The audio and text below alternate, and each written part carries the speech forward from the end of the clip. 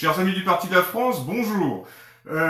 Aujourd'hui, je vais tâcher d'être un peu plus court que la dernière fois, donc je vais essayer d'enchaîner les questions un peu plus vite et ne pas partir dans des digressions qui pourraient faire durer de manière un peu trop longue cette émission. Alors tout de suite, on m'a demandé pourquoi le 16 mai, samedi 16 mai, il y a eu deux hommages distincts à Jeanne d'Arc pour le centenaire de sa canonisation, donc à Paris.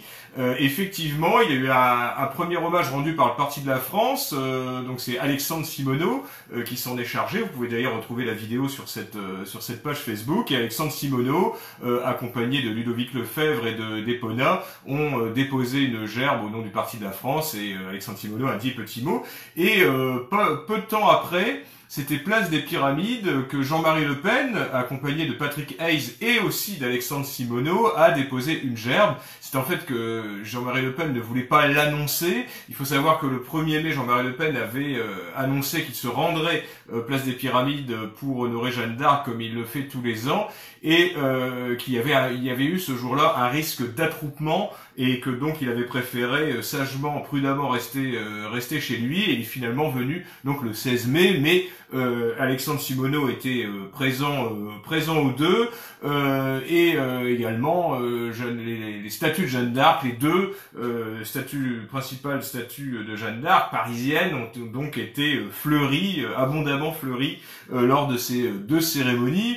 Nous ne pouvions pas, évidemment, même pour la cérémonie du Parti de la France, prévenir avant nos militants, puisque il faut savoir que, comme au bon vieux temps de l'Union soviétique, les attroupements, les rassemblements sont interdits, et que nous ne voulions pas donner l'occasion à des fliquettes à gros cul de donner des amendes de 135 €, voire plus, à des personnes qui auraient été accusées d'attroupement. Voilà. Alors, je passe tout de suite à une autre question concernant les dispositions sanitaires qu'on peut considérer parfois comme délirantes, qui ont été mises en place par le gouvernement. Alors évidemment, dans beaucoup de cas, elles sont insupportables et surtout elles sont inapplicables. C'est là que l'on voit toute la bureaucratie française qui est complètement éloignée du terrain et qui va imposer, que ce soit à des commerces, que ce soit à des artisans, que ce soit à des usines, que ce soit aussi à des écoles, des normes absolument inapplicables qui rendent absolument impossible le fonctionnement normal. Et on a pu voir donc que le gouvernement était fidèle à lui-même, que la bureaucratie, l'administration française est fidèle à elle-même, avec des consignes quelquefois même contradictoires, avec la mise en place de protocoles de sécurité sanitaire absolument inapplicables, en particulier si on veut avoir un effectif normal. Je crains le pire pour la réouverture des restaurants, la réouverture des hôtels. Ça, en fait, ça découle aussi de la psychose complètement irrationnelle qui touche maintenant une bonne partie de la population française. C'est qu'après avoir diffuser en permanence des infos anxiogènes, que ce soit de la part des organismes d'État et également de la presse du système, qui a poussé à cette psychose des Français, où on essaie de leur faire peur en permanence depuis 2 mois, voire 3 mois. Et bien aujourd'hui, ils ont réussi, et beaucoup de gens sont dans la sidération, sont dans la terreur de ce virus invisible, et on assiste malheureusement à cette panique générale de reprendre le cours normal des choses, alors que ce virus, même s'il est dangereux, attention, le Parti de la France n'estime pas que le coronavirus n'existe pas ou ne serait pas dangereux, mais sa propagation est tout de même minime par rapport à des épidémies bien plus graves que notre pays, notre nation a pu connaître tout au long des siècles. Alors, cette psychose sanitaire s'accompagne également de restrictions des libertés appliquées avec zèle par l'État, et dont on peut craindre que ces restrictions de liberté ne soient pas complètement levées d'ici quelques mois, même si l'épidémie du coronavirus disparaissait. Et pendant que la France était complètement obnubilée disons, écrasés par une information complètement centrée sur cette crise sanitaire, le gouvernement en a profité, donc ça j'aurais pour répondre à une autre question, pour faire passer la loi Avia du nom de la charmante, délicieuse députée togolaise, vous savez, celle qui avait mordu un chauffeur de taxi, qui s'était rendu célèbre pour ça et pas pour autre chose jusqu'alors, et donc qui a pour objectif de restreindre encore plus la liberté d'expression sur les réseaux sociaux à partir d'une notion particulièrement floue du contenu haineux, de la haine en fait. Voilà, donc c'est tout appel à la haine. Donc nous, en tant que nationalistes, en tant que patriotes, nous avons bien compris à qui allait s'adresser cette nouvelle censure, en particulier sur des réseaux sociaux qui sont déjà totalement acquis à l'idéologie dominante, droits de l'homiste, antiraciste, homosexualiste. Donc ça, on va pouvoir leur faire confiance pour appliquer avec zèle ce qu'ils faisaient déjà, ils avaient déjà anticipé. Mais là, ils auront les armes judiciaires en France pour faire disparaître tous les propos qu'ils estimeront pouvoir être considérés comme haineux par Madame Avia et consorts. Donc on peut s'attendre à une aseptisation encore pire que ce qu'on a pu connaître jusqu'alors des réseaux sociaux, des GAFA comme on dit, et particulièrement de Facebook, de Twitter, et de tous les contenus qui peuvent être sur des plateformes mainstream, si on peut dire, sur le web. Naturellement, comme je l'avais dit lors de la précédente émission, le Parti de la France abolira toutes les lois liberticides mises en place par les gouvernants successifs, mais je crois que cette notion de défense de nos libertés va être de plus en plus mise en avant, en tout cas par le Parti de la France, par la droite nationale non reniée, car nous assistons véritablement à un recul massif de nos libertés d'expression, et que ça a toujours pour objectif de détruire les défenses immunitaires du peuple français, et contre cela, le Parti de la France compte se dresser dans les mois à venir et mobiliser les Français.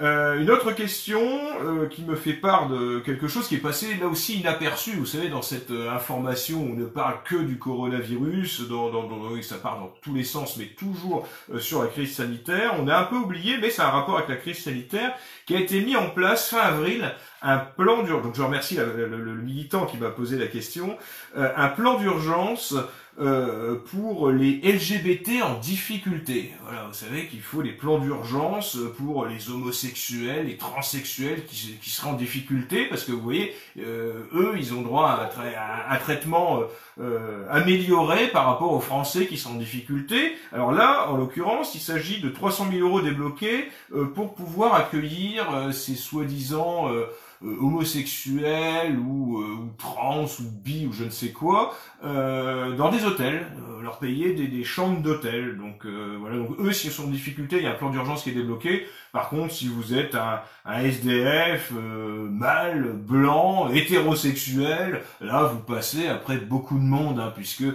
faut savoir qu'il y a aussi les migrants qui sont prioritaires.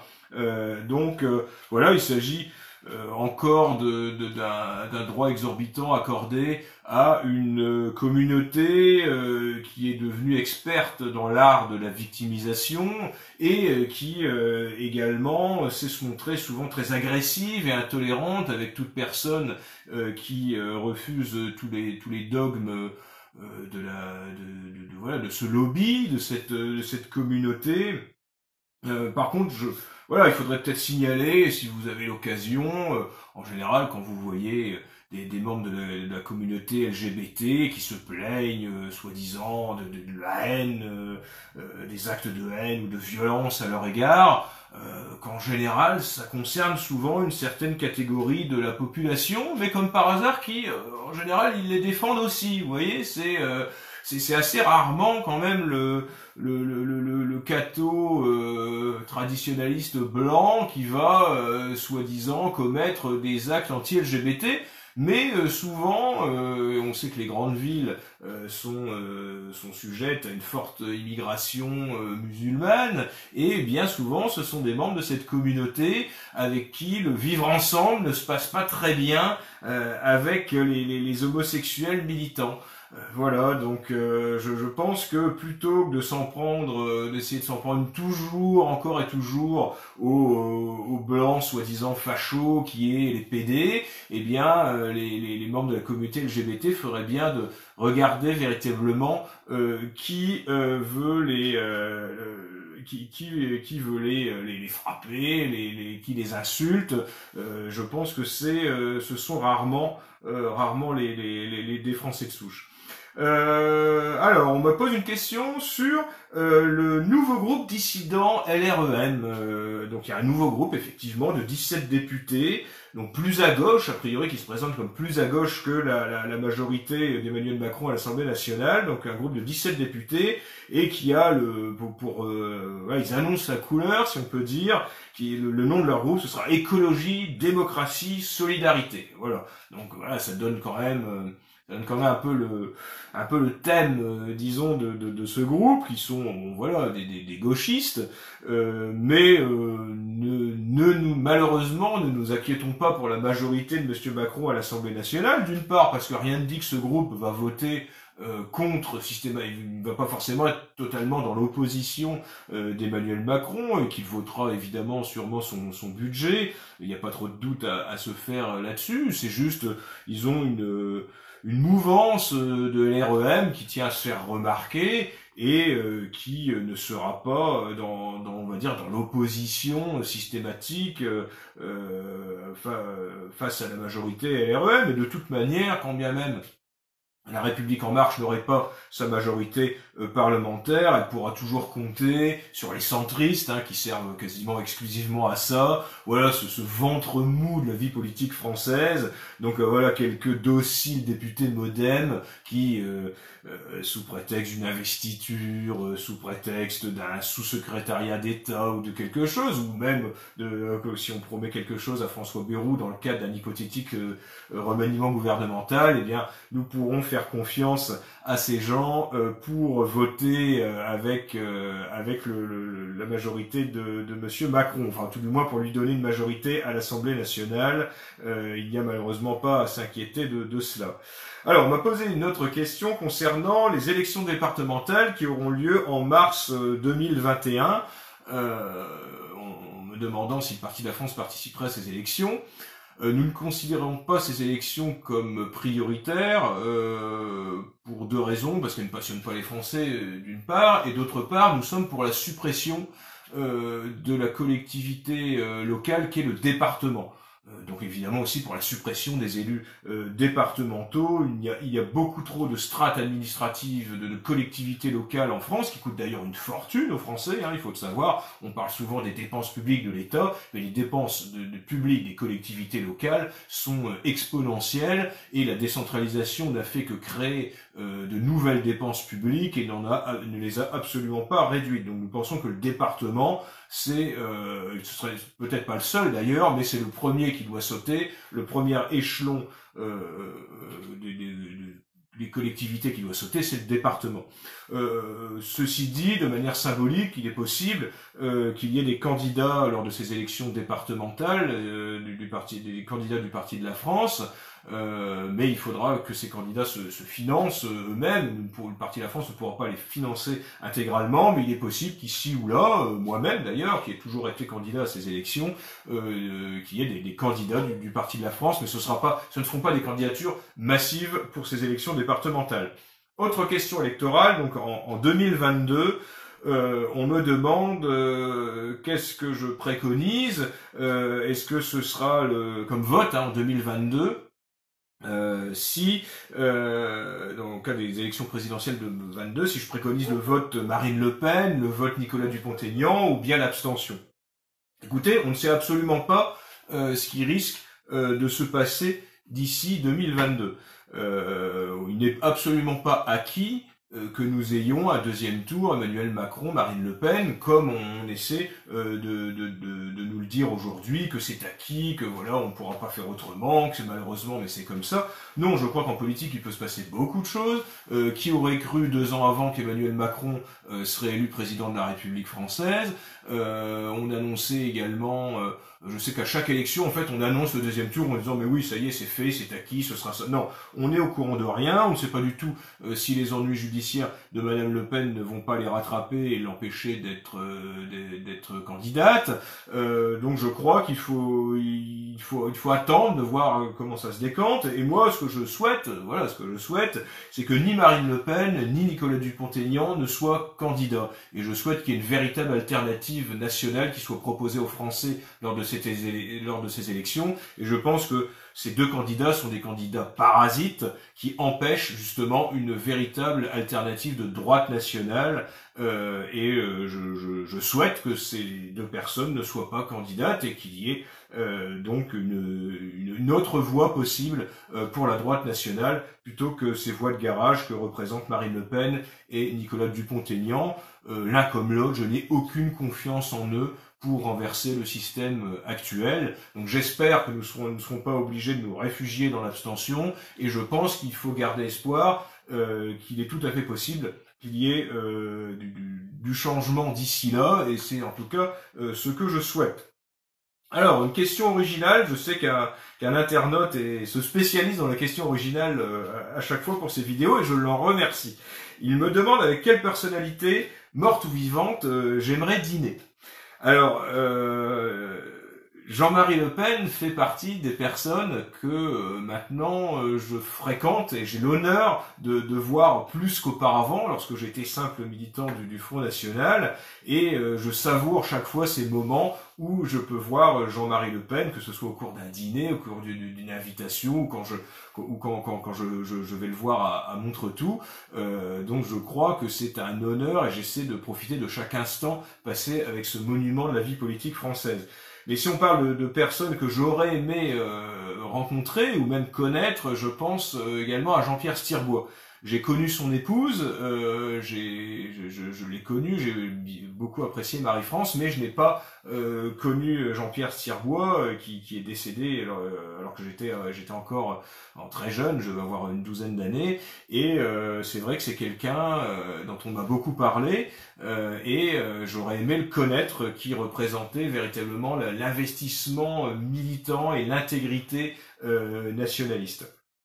Alors d'autres personnages, on va dire plus lointains, plus historiques, mais évidemment, voilà, comme on va dire comme un rêve d'enfant, j'aurais aimé rencontrer, ou par je ne sais quel moyen scientifique, ou je ne sais quel que j'aimerais rencontrer, évidemment aussi le maréchal Pétain, Louis XIV, Jeanne d'Arc, ou encore le Christ. Mais bon, voilà, là on est vraiment dans le rêve. Alors, on me demande quelque chose de plus concret, quelle est ma définition du nationalisme? Le nationalisme, je vais faire très simple, je ne vais pas partir dans une thèse sur le nationalisme. Le nationalisme, c'est avant tout le droit d'un peuple de disposer de lui-même et d'avoir une nation. Voilà, un peuple, une nation. Et politiquement, c'est agir exclusivement en fonction des intérêts de la nation, des intérêts de sa nation, et donc du peuple, de son propre peuple. Voilà quelle définition je peux vous faire de manière très rapide. Après, il existe des auteurs que vous pouvez consulter concernant le nationalisme, la doctrine du nationalisme, mais je vous dirais, méfiez-vous, en particulier aujourd'hui, des gens qui s'autoproclament gardiens du temple nationaliste et qui s'autorisent à dire un tel est un vrai nationaliste, un tel n'est pas un vrai nationaliste, voilà, en donnant des brevets de radicalité, souvent sur les réseaux sociaux, et en se proclamant les uniques garants de la doctrine nationaliste, et que tout le reste ce sont des traîtres, des vendus. Méfiez-vous de ces gens-là qui, bon, pour beaucoup d'entre eux, sont des gens assez peu fréquentables et qui ne mettent rarement en avant, on va dire, toute toute la probité dont ils estiment faire preuve. En règle générale, ce sont des marginaux qui distribuent les bons et les mauvais points, mais qui s'impliquent assez rarement dans l'efficacité politique réelle. Donc voilà, méfiez-vous des charlatans en matière de nationalisme. Soyez avant tout fidèle à votre peuple, à votre histoire, à votre nation, à votre ethnie, à votre race, à votre spiritualité, mais n'essayez pas de trouver des gourous, quels qu'ils soient, dans quelque domaine que ce soit, nationalisme y compris. Une autre question concernant ce que je pense d'une révolte en France, et si les Gilets jaunes peuvent être le vecteur de cette révolte. Alors non, les Gilets jaunes ne peuvent plus être le vecteur de cette révolte, puisque ça fait bien longtemps que ce mouvement a été totalement gangréné par l'extrême gauche, que les Gilets jaunes ont été remplacés, d'ailleurs qu'aujourd'hui il n'existe quasiment plus, et qu'ils ont été au cours des semaines, au cours des mois, totalement remplacés de cette révolte populaire française, gauloise, poujadiste. Il ne reste plus malheureusement que des gauchistes. Voilà, c'est que les Gilets jaunes maintenant ce sont les revendications de Mélenchon, et je sais que voilà, un ignoble gauchiste comme Jérôme Rodriguez là vient de demander à ce qu'il y ait un leader qui soit reconnu des Gilets jaunes. J'imagine qu'il pense à lui, hein, évidemment. Et donc voilà, je pense que les Gilets jaunes n'ont plus d'autre fonction que de servir aujourd'hui l'extrême gauche. C'est bien dommage, je le regrette, mais maintenant, ce qu'il reste des Gilets jaunes, à moins qu'il y ait un changement, de nouveau un changement, mais je n'y crois pas, au sein de ce mouvement, il ne reste plus que des gauchistes ou des communistes institutionnels sur lesquels, évidemment, nous ne pouvons pas compter pour une révolution nationale. Une autre personne, ou la même, je ne sais plus, me disait que si plutôt que d'enfiler des gilets jaunes, on enfilait des blouses blanches, vu le regain de notoriété qu'a aujourd'hui le personnel soignant, si les gilets jaunes enfilaient des blouses blanches, les forces de l'ordre y réfléchiraient à deux fois avant de cogner dessus et de les gazer. Je voudrais rappeler à cette personne qui relevait cela, que cette considération pour le personnel soignant est très récente. Puisqu'il n'y a pas encore si longtemps, les infirmières se faisaient matraquer et se faisaient gazer. Il n'est pas du tout compliqué de retrouver sur YouTube, par exemple, des vidéos de gazage et de matraquage des infirmières, des personnels soignants lors de manifestations de rue, comme c'est le cas aussi pour les pompiers. Donc je pense qu'il s'agit d'une volonté politique et de réprimer le peuple français, quel qu'il soit. Actuellement, le personnel soignant, évidemment, on en a besoin, puisque en période de crise sanitaire, ils sont en première ligne, on les applaudit, mais on peut compter sur le cynisme de nos gouvernants pour que dès demain, déjà que leurs primes tardent à être versées, et que ils se retrouvent de nouveau dans des conditions hospitalières, en particulier particulièrement déplorables, puisque c'est la tiers-mondisation, en particulier de notre système hospitalier, qui a fait aussi que le virus a fait autant de victimes en France, que le coronavirus a fait autant de victimes en France. Donc voilà, je pense que le pouvoir de répression de l'État s'affranchit en fait de la popularité ponctuelle de telle ou telle catégorie de la population. Une autre question que j'avais oubliée lors de ma dernière émission et qui m'a été reposée, d'ailleurs j'avais demandé à ce qu'elle me soit reposée, parce que je souhaitais y répondre, concerne la femme au foyer qui aujourd'hui est dénigrée, ringardisée, enfin surtout la femme au foyer blanche. Bien sûr, vous verrez jamais dans les magazines féministes, les magazines féministes comme Elle, enfin d'autres magazines féministes que je ne lis pas, hein, voilà, mais ce genre de magazine, jamais elle ne va s'attaquer à Fatoumata, malienne, polygame, qui a 12 enfants. Non, elle s'attaquera en particulier à la française de souche, en particulier catholique, qui élève ses enfants et qui ne travaille pas et qui sera considérée comme une bonne à rien, qui ne s'accomplit pas, comme une femme forte et indépendante, qui refuse refuse de divorcer, qui refuse de faire des enfants métis, qui refuse d'avoir plusieurs pères pour ses enfants, voire qui refuse d'élever son enfant toute seule. Bon voilà, tout ce genre de délire féministe. Et donc effectivement, la femme au foyer maintenant, il y a plus, je veux dire, au niveau de notre société vérolée, où plus aucune valeur morale et chrétienne n'est mise en avant, il est évident qu'être femme au foyer est considéré plus comme une tare plutôt comme pour une fierté. Je vous dis, quand on se met dans la position par rapport au prisme de notre société politico-médiatique actuelle. Le Parti de la France est favorable, comme l'a toujours été la droite nationale, tout du moins le Front National non renié, à un véritable statut de la mère au foyer, avec un salaire parental dès le premier enfant, qui est évidemment un statut qui ouvre des droits à la retraite. Je pense qu'il n'y a pas meilleur investissement pour l'avenir que de faire des enfants. Alors, soyons d'accord, ces aides seront évidemment conditionnées à l'exclusivité nationale, après réforme du Code de la nationalité. Le but n'est évidemment pas d'entretenir des familles d'étrangers pour opérer le grand remplacement des Français. Soyons bien d'accord, il s'agit de repeupler la France avec des Français, avec des Gaulois, en donnant un véritable statut à la mère de famille.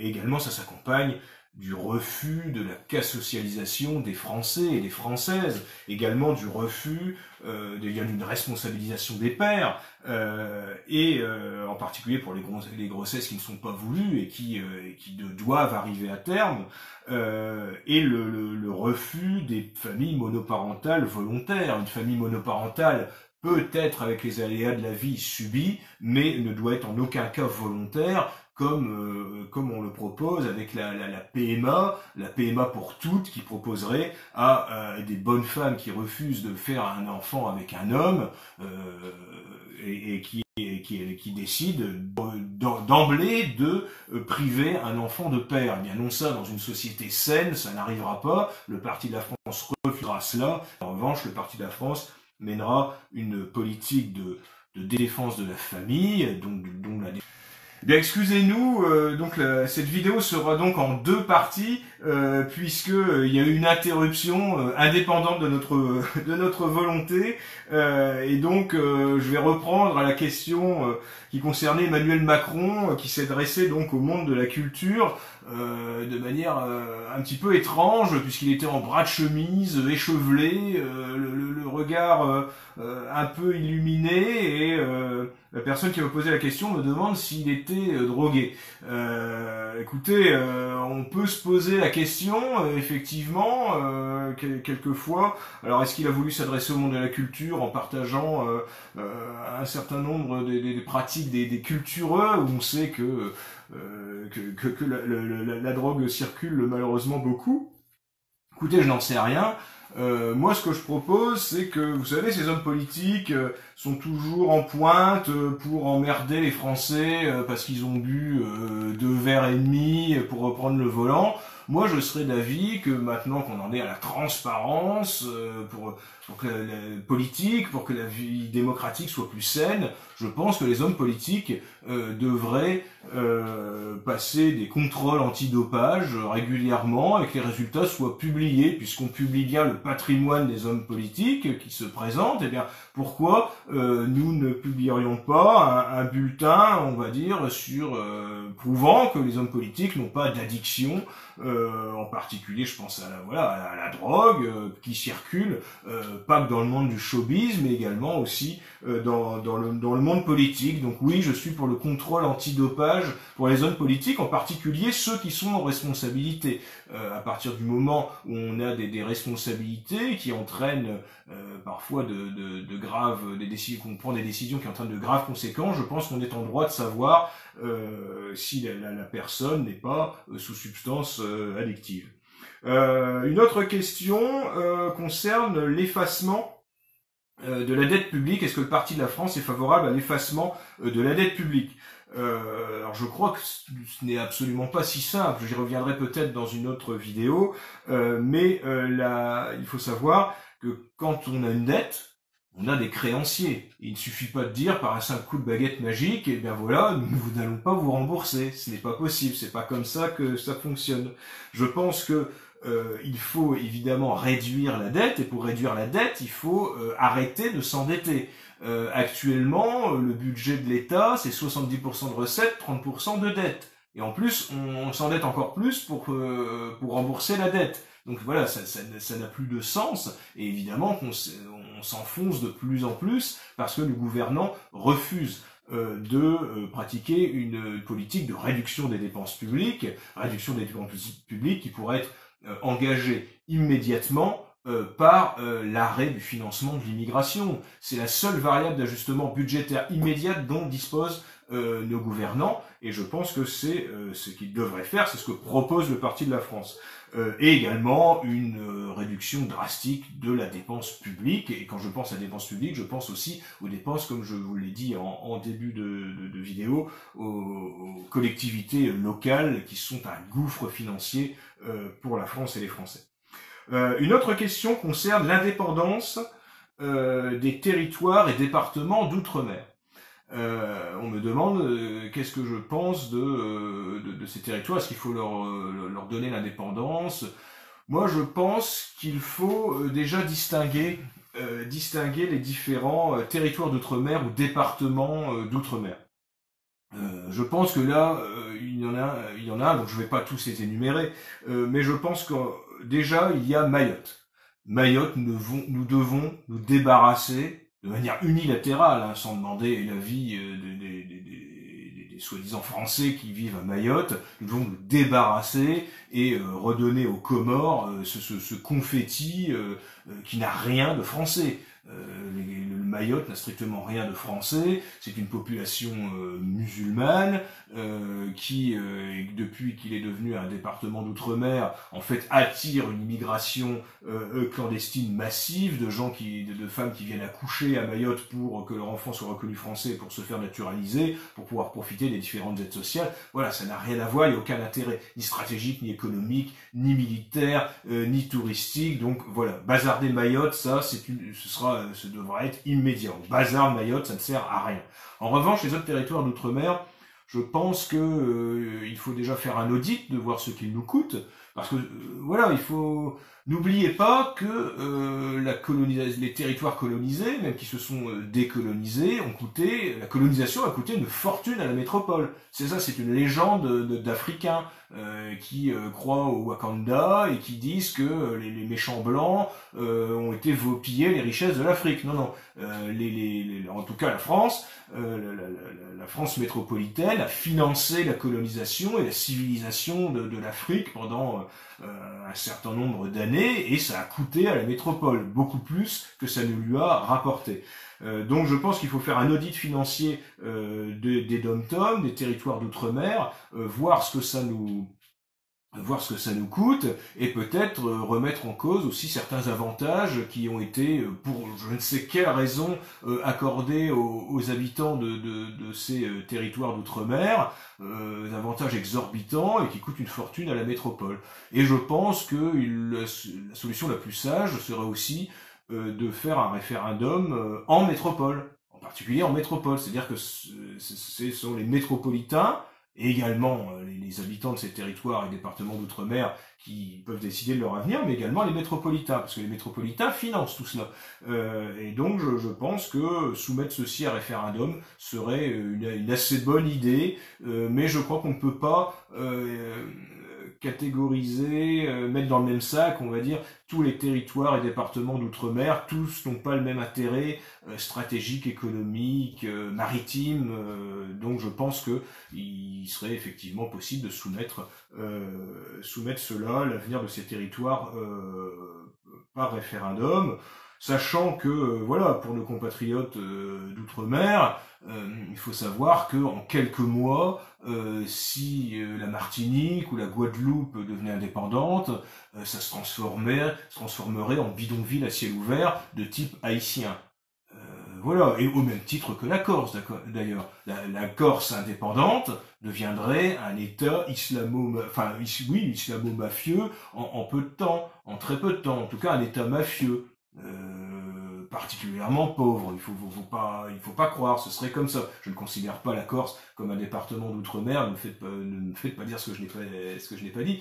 Mais en revanche, voilà, faut savoir que l'indépendance de micro-territoires comme ceux-ci amènerait ces territoires à une catastrophe économique, sociale, sanitaire, en particulier, je pense aux Antilles ou à la Guyane.